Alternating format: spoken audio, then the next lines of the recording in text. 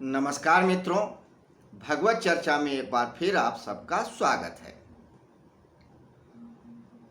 हम लोग भगवत गीता के 18वें अध्याय के 31 श्लोकों तक चर्चा कर चुके हैं। कितने श्लोक तक? 31 श्लोकों तक। आज इसके आगे के श्लोक 32वें नंबर पे चर्चा करेंगे। बच्चों की तरह हम बात को क्यों समझाते हैं? इसलिए नहीं कि आप समझदार नहीं हैं। बात सिर्फ इतनी सी है कि हम जब किसी चीज को बार बार पढ़ते हैं, पुनरावृत्ति करते हैं, तो हमारे अनकॉन्शियस माइंड या अचेतन मन में वह चीज घर कर जाती है और उसके भूलने के चांसेस कम रहते हैं। इसीलिए बच्चों को रटाया जाता है, कहा जाता है रट लो ताकि एग्जाम में याद रहे। तो एक ही बात को रोज रोज इसलिए दोहराते हैं इस ढंग से कि याद रहे कि भगवत गीता के 18वें अध्याय का नाम था मोक्ष संन्यास योग, या जिस अध्याय पे चर्चा करते हैं उसका नाम उतनी बार लेते हैं। अब मोक्ष क्या है, योग क्या है, संन्यास क्या है, इस पे कई चर्चा हो चुकी है। मोक्ष का मतलब मोह से क्षय, सारी आकांक्षाओं से, सारे विचारों से, सारे अहंकार से मुक्ति ही असली मुक्ति है। इसी संदर्भ में भगवान श्री कृष्ण से अर्जुन ने पहले ही श्लोक में कहा था, भगवान संन्यास और त्याग के अंतर को समझाएं, क्योंकि अर्जुन भी वेद पुराणों के अच्छे जानकार थे। द्रोणाचार्य जैसे उनके गुरु थे, जो स्वयं बहुत बड़े विद्वान थे। कृपाचार्य थे जो उनके गुरु थे। ये सब बहुत विद्वान लोग थे अपने वक्त के। तो अर्जुन भी कम बुद्धिमान व्यक्ति नहीं थे। उन्होंने भी योग की शिक्षा लिया था, दीक्षा लिया था। मगर बात इतनी सी है कि सिर्फ शिक्षा लेने से ही बात नहीं बनती, सिर्फ जान लेने से बात नहीं बनती, बात बनती है समझ लेने से। जानते तो सब व्यक्ति हैं, सत्य क्या है, असत्य क्या है, अच्छा क्या है, बुरा क्या है, पाप क्या है, पुण्य है। असली बात यह है कि उसको समझ के कौन जीवन में चल पाता है और लाभ उठा पाता है। इसलिए हम स्मरण रहे, इसलिए भी बार बार ये कहते हैं ताकि वो घर कर जाए अनकॉन्शियस माइंड में। अनकॉन्शियस माइंड में जब कोई बात घर कर जाती है तो हम उसी तरीके से कार्य करते हैं, क्योंकि हमारे जीवन की अधिकांश क्रियाएं अनकॉन्शियस वे में ही चलती है। आप ध्यान दें, आप सुबह उठते हैं, आप याद नहीं करते हैं कि हमको स्लीपर पहनना है, आपके पैर स्वयं स्लीपर पहन लेते हैं। आपको याद नहीं रहता है कि हमको अब मंजन करना है, ब्रश उठाना है, लेकिन हाथ उठाते हैं और करते हैं। ध्यान भी नहीं रहता कि हमने ब्रश किया या नहीं किया। कई बार तो याद करना पड़ता है, अरे हमने ब्रश किया या नहीं किया। आपका शरीर, आपका मस्त जानता है कि हमको कब क्या करना है, तो आप करते रहते हैं, होश में नहीं रहते हैं, एक अलग बात। तो ईश्वर ने हमको सब कुछ दे रखा है, ज्ञान दे रखा है, हम बुद्ध ही होके पैदा होते हैं। संसार में ईश्वर किसी को बुद्धू बना के नहीं पैदा करता, सबको बुद्ध बना के पैदा करता है। बच्चे भी हमसे ज़्यादा समझदार होते हैं। बच्चा पैदा होता है, उसे कौन बताता है कि दूध कैसे पीना चाहिए? पीता है। कैसे उसको मालूम होती कि श्वास नाभि से लेनी चाहिए, लेकिन बच्चे श्वास नाभि से लेते हैं, हम और आप भूल जाते हैं। हम हृदय से लेते हैं, नाक से लेते हैं, मुंह से लेते हैं। हृदय से नहीं, नाक से नहीं, नाभि से सांस लेना चाहिए, बच्चे जानते हैं। बच्चों को पता है उनका पेट कब भर जाता है। बच्चे का पेट भर जाए, एक बूंद दूध नहीं पिएंगे। बच्चे का पेट भर जाता है तो एक ग्रास नहीं खाएंगे, कितनी भी मिन्नत कर लो। लेकिन हमको लोगों को पता ही नहीं लगता कि हमारा पेट कब भर गया। खाना अच्छा है तो 2 रोटी ज़्यादा खा लेंगे, खाना पसंद का नहीं है तो 2 रोटी कम में ही पेट भर जाएगा, क्योंकि हमको पता ही नहीं है कि हमारा पेट कब भरता है, हमें श्वास कहाँ से लेनी है। तो बुद्धू तो हम बाद में बन जाते हैं, बुद्धू भी नहीं बनते, बस विस्मरण हो जाता है। और विस्मरण इसलिए होता है क्योंकि हमारी सारी यात्रा बाहर की तरफ हो जाती है। सारी इंद्रियां हम बाहर की तरफ ले जाते हैं, अंदर की तरफ का उपयोग ही नहीं करते। जन्मों जन्मों से आंख सिर्फ बाहर देख रही है, कान सिर्फ बाहर सुन रहे हैं, अंदर का कुछ नहीं है। यही आंख जो बाहर देख सकती है, अंदर भी देख सकती है, योगी यही करता है। यही कान जो बाहर का संगीत, गीत और शोर सुनते हैं, वो अंदर का अनाहत नाद भी सुन सकते हैं। हम सुनते ही नहीं है, भूल गए हैं। स्मरण रहे, इसी स्मरण रखने के लिए एक ही बात को कई कई बार कहते हैं हम। इसके अलावा भगवान श्री कृष्ण ने भी जब इस अध्याय के अंत में कहा कि अर्जुन जो मैंने बताया तुमको समझ में आया, तो अर्जुन कहते हैं हाँ भगवान, मुझे सब स्मरण आ गया। ये नहीं कहा कि जो आपने बताया बड़ा अच्छा बताया, मुझे तो पता ही नहीं था। नहीं, ये कहा कि मुझे सब स्मरण हो गया है, क्योंकि अर्जुन जानते थे कि ये सब तो मुझको पता था, भूल गया था, आपने याद दिला दिया। तो सारी चीज स्मरण की है। इसलिए हम लोग अध्याय का नाम और उस विषय पे चर्चा जरूर करते हैं जिस पे कर चुके होते हैं। अगर आप लोगों में से किसी ने उपनिषद पढ़ा होगा कुछ, तो कुछ उपनिषदों में ये शैली भी है कि एक मंत्र के बाद जब दूसरे मंत्र या श्लोक की चर्चा की जाती है, तो पहले वाले मंत्र या श्लोक के अनुसार ही दूसरे श्लोक की रचना की जाती है। उसी तरह से कई कई बार उसी वाक्य को दोबारा फिर से लगाया जाता है, बताया जाता है, कहा जाता है। बात स्मरण की है। तो मोक्ष संन्यास योग पे हम चर्चा कर रहे हैं। इस संदर्भ में हमने ये जाना था कि बंधन कर्म से होता है, इसलिए कर्म को होश पूर्वक करना चाहिए। होश पूर्वक करने का अर्थ ये है कि यह ध्यान में रखना चाहिए कि वो कर्म सात्विक है, राजसिक है या तामसिक है। क्योंकि जब हम सात्विक, राजसिक, तामसिक गुणों को जान लेंगे और उनके पार पहुंच जाएंगे, तो हम परमात्मा तक पहुंच ही जाएंगे। क्योंकि परमात्मा इन गुणों के पार है इन गुणों के भीतर भी, लेकिन इन गुणों के भीतर हो करके हमको समझ में नहीं आता है, क्योंकि एक अज्ञान का पर्दा लग जाता है।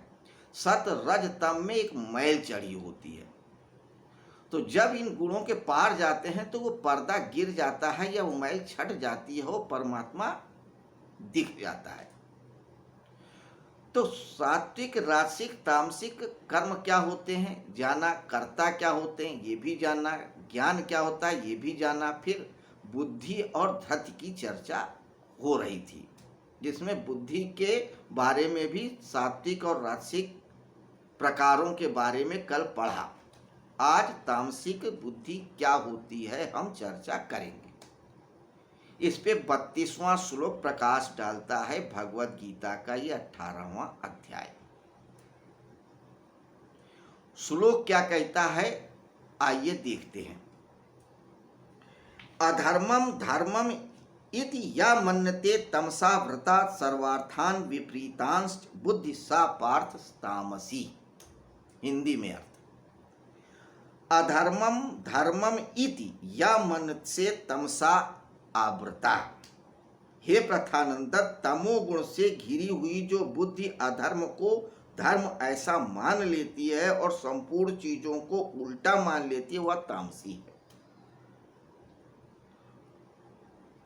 इस श्लोक में भगवान श्री कृष्ण ने फिर अर्जुन को पार्थ कह के कहा था। पार्थ यानी पृथा। पृथा कुंती का भी एक नाम है, दो नाम है। बहुत से लोगों के दो नाम होते हैं, कुंती के भी कई नाम थे। तो भगवान श्री कृष्ण को पार्थ नाम बहुत पसंद था, क्योंकि कुंती को बहुत मानते थे भगवान श्री कृष्ण। तो उनकी शायद बुआ लगती थी, बुआ भतीजे का रिश्ता था, कुछ ऐसा था। तो प्रथा से ही पार्थ बना। अर्जुन ने के लिए भगवान श्री कृष्ण ने बहुत सारी नामों का उपयोग किया, जैसे पार्थ है, भारत है, प्रथानंदन है, कई नामों का उपयोग किया है। लेकिन अर्जुन का भी नाम लिया है, अर्जुन भी कहा है, लेकिन पार्थ शब्द का सबसे ज्यादा बार प्रयोग किया है, बहुत प्रिय था। तो यहां भी पार्थ शब्द या पार्थ नाम से क्यों संबोधित कर रहे हैं, एक और कारण है। जब कुछ बहुत खास बात बतानी होती थी, इंटीमेट होके बताना होता है कोई बात, तो भगवान श्री कृष्ण पार्थ शब्द का प्रयोग करते हैं अर्जुन के लिए। जब उनके मॉरल को उठाना होता है, तब उनके खानदान की बात करते, पांडव की बात करते हैं, राजन कह के कहते हैं, या और दूसरे शब्दों का उपयोग करते हैं जिससे उनका मॉरल बूस्टअप हो जाए। जैसे हम बच्चों को कहते हैं, नहीं नहीं तुम बहुत बहादुर हो, बहादुर बेटा है, वैसे ही वो कहते थे, पांडव तुम उठो, हे भारत तुम सुनो।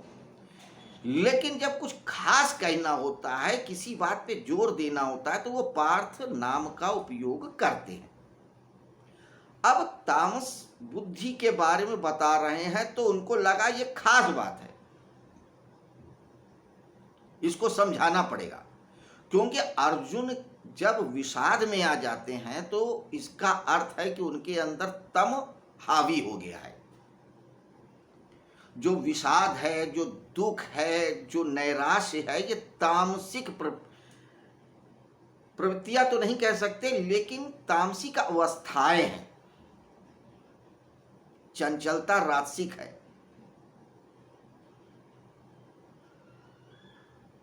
तो तमस उनके व्यक्तित्व से हट जाए, उनके अंदर का जो तमस है, कलुष है, वो खत्म हो जाए, इसलिए वो बड़ा इंटीमेट होके कहते, पार्थ समझो क्या कह रहा हूं मैं। फिर से याद दिलाऊं कि सात्विक तो वो बुद्धि है जो प्रवृत्ति, निवृत्ति, भय, अभय, धर्म, अभय और कार्य को अच्छे से जानती है। राजसिक वो है जो धर्म, अधर्म और कार्य को ढंग से नहीं जानती कि कब क्या करना है, कब क्या नहीं करना है, धर्म क्या है और धर्म क्या है। ठीक ठीक नहीं जानती, जानती है लेकिन ठीक ठीक सेग्रीगेट नहीं कर पाता। राजसिक गुण सात्विक कर लेता है, जानता है, राजसिक नहीं कर पाता। तो तामसिक क्या करता है कि हे प्रथानंद, तमोगुण से घिरी हुई जो बुद्धि अधर्म को धर्म ऐसा मान लेती है। जो तामसिक वाले होते हैं वो सही बात में भी अपनी बात को ढूंढ लेते हैं, तर्क की जगह कुतर्क करते हैं। नहीं नहीं, जो मैं कह रहा हूं यही है।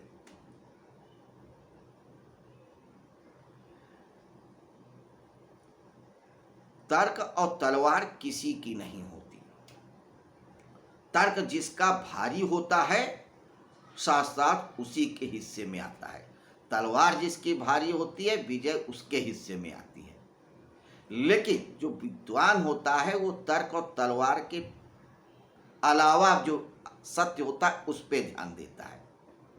तो जो तामसिक होता है वो तर्क के द्वारा अपनी ही बात जिलाना चाहता है, नहीं मैं ही सही हूं। अगर दुर्योधन से कहे कि भाई तुम राजा नहीं बन सकते नियम के अनुसार, तो वो कहेगा क्यों नहीं बन सकते, क्या कमी है, मेरे पास भी तो आँख है, नाक है, कान है, ताकत है, सब कुछ है, मेरे पिता भी श्रेष्ठ थे, बड़े हैं, क्यों नहीं राजा बन सकते। वो नियम कायदे कानून की बात नहीं करेगा, सिर्फ अपनी बात करेगा।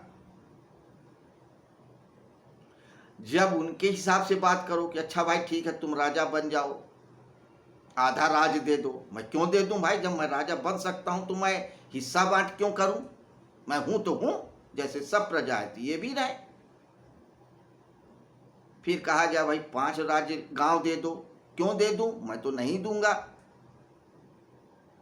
क्योंकि वो धर्म को जानते हुए भी अपने हिसाब से व्याख्यायित करते हैं। तो जो तामसिक व्यक्ति होता है धर्म को भी अधर्म की तरह प्रस्तुत करता है। आजकल के जैसे हमारे यहाँ बहुत सारे नेता करते हैं, राजनीतिज्ञ करते हैं, बहुत सारे लोग करते हैं कि थोथे तर्क, झूठे तर्क दे करके अपनी बात मनवाते हैं। वो तामसिक बुद्धि वाले होते हैं, क्योंकि ये बहुत शातिर लोग होते हैं। वो जानते हैं हर व्यक्ति तर्क नहीं कर सकता है, तो ढूंढ ढूंढ के लाते हैं। तो जो व्यक्ति समाज, शास्त्र और देश के नियमों के विपरीत चल के सिर्फ और सिर्फ अपने मतलब की बात करे और उसी को सही ठहराए, वो बुद्धि रखने वाले व्यक्ति तामसिक हैं, या ऐसी बुद्धि तामसिक होती है। फिर से अब समझिए श्लोक को। सर्वार्थान विपरीतांश बुद्धि सा पार्थ तामसिक। तो जो विपरीत बुद्धि होती है, यानी कैसी विपरीत, जो धर्म को अधर्म समझे, अकर्तव्य को कर्तव्य समझे, वो बुद्धि तामसिक होती है। तो जो व्यक्ति तामसिक बुद्धि का होता है वो अध्यात्म में नहीं बढ़ पाता, क्योंकि तम का अर्थ होता है जड़, जड़ता, स्थिरता, अज्ञानता। तो अज्ञानी व्यक्ति, स्थिर व्यक्ति अपने ही स्थान पे रहेगा। अगर पशु है तो पशु ही बना रहेगा जन्मों जन्मों तक, पिशाच है तो पिशाच ही बना रहेगा, पापी है तो पापी ही रहेगा। क्यों? क्योंकि उसमें गति ही नहीं है, तमस में जड़ है। तो सत, रज, तम 3 गुणों को समझना बहुत जरूरी है। इसीलिए इतने विस्तार से इतने श्लोकों पे चर्चा किया भगवान श्री कृष्ण ने। तो ये थी 17वें अध्याय 18वें अध्याय के 32वें श्लोक पे एक छोटी सी चर्चा। कल फिर मिलेंगे इस बात को फिर समअप करते हुए कि भगवत गीता में 18 अध्याय हैं, 700 श्लोक हैं। धृतराष्ट्र, संजय, अर्जुन और भगवान श्री कृष्ण के बीच वार्तालाप है। धृतराष्ट्र अज्ञान के प्रतीक हैं, संजय विवेक या दृष्टा भाव के प्रतीक हैं, अर्जुन मनुष्यता के प्रतीक हैं और भगवान श्री कृष्ण पूर्णता के प्रतीक हैं। तो अपूर्णता से पूर्णता की यात्रा है भगवत गीता। धर्म से शुरू होकर के मोक्ष पे समाप्त करने वाली यात्रा का नाम है भगवत गीता। नर से नारायण बनाने वाली जो नदी है, वैतरणी है, उसका नाम है गीता। जो अल्पज्ञ से सर्वज्ञ बनाए उसका भी नाम है गीता। गीता यानी गीत। गीत का मतलब समझते हैं, मनुष्य जब अपनी मस्ती में होता है तो गुनगुनाता है, और जो गुनगुनाता है उसी को बोलते हैं गीत। और जब ईश्वर गुनगुनाता है तो उसको बोलते हैं गीता, भगवत गीता। तो ये भगवत गीता भगवान का गीत है। यूं तो भगवान हर वक्त गुनगुनाते हैं, उनका गीत हर समय चलता रहता है। कानों को बंद करके सुनोगे तो अनहद नाद के रूप में बजता है। जंगल में चले जाओ, कुंजों में चले जाओ तो भंवरों के रूप में गुनगुनाएगा। सुबह उठ के देखो तो चिड़ियों और पक्षियों की चहचहाट में गुनगुनाएगा। छोटे बच्चों से मिलो तो उनकी तुतली बात में गुनगुनाता मिलेगा। सन्यासी बात जाओगे तो उसके भजन में और अभंग में गुनगुनाता मिलेगा। मिलेगा हर जगह। सुनने की कला आनी चाहिए, दिखेगा वही हर जगह, लेकिन आपको देखने का तरीका आना चाहिए। सुवास भी हर जगह मिलेगी, सूंघने की क्षमता होनी चाहिए। स्वाद भी हर जगह मिलेगा, जिह्वा में वैसी विशिष्टता लानी होगी। क्योंकि हम तो अपनी जिह्वा में सिर्फ उसी का स्वाद जानते हैं कि बर्गर का क्या स्वाद है, पिज्ज़ा का क्या स्वाद है, प्याज का क्या स्वाद है, लहसुन का क्या स्वाद है। ईश्वर के प्रसाद का स्वाद ही भूल गए हैं। कान में सिर्फ संगीत सुनेंगे, भप्पी लहरी का सुन लेंगे, इनका सुन लेंगे, उनका सुन लेंगे। अनहत नाद तो सुनना भूल ही गए हैं, सुना ही नहीं है जन्मों से। ऐसे ही आंखों से देखना भूल गए। तो सारे इंद्रियों को सिर्फ और सिर्फ वासुदेव के ही चिंतन, मनन और अध्ययन में लगा दें, देखें वही मिलेगा। है, कल फिर मिलते हैं इसी समय, इसी जगह, इसी तरह से 33वें श्लोक पे चर्चा करने के लिए। 33वां श्लोक यानी धृति पे चर्चा होगी। बुद्धि पे जो 3 श्लोकों में चर्चा होनी थी, सात्विकता, राजसिकता, तामसिकता की, वो हो चुकी। अब धृति यानी बुद्धि जो निर्णय लेती है उसको धारण करने वाली जो शक्ति होती, धृति, वो सात्विक, राजसिक, तामसिक कैसे पहचानी जाए उसकी चर्चा करेंगे, लेकिन कल। आज के लिए इतना ही। नमस्कार, शुभ रात्रि।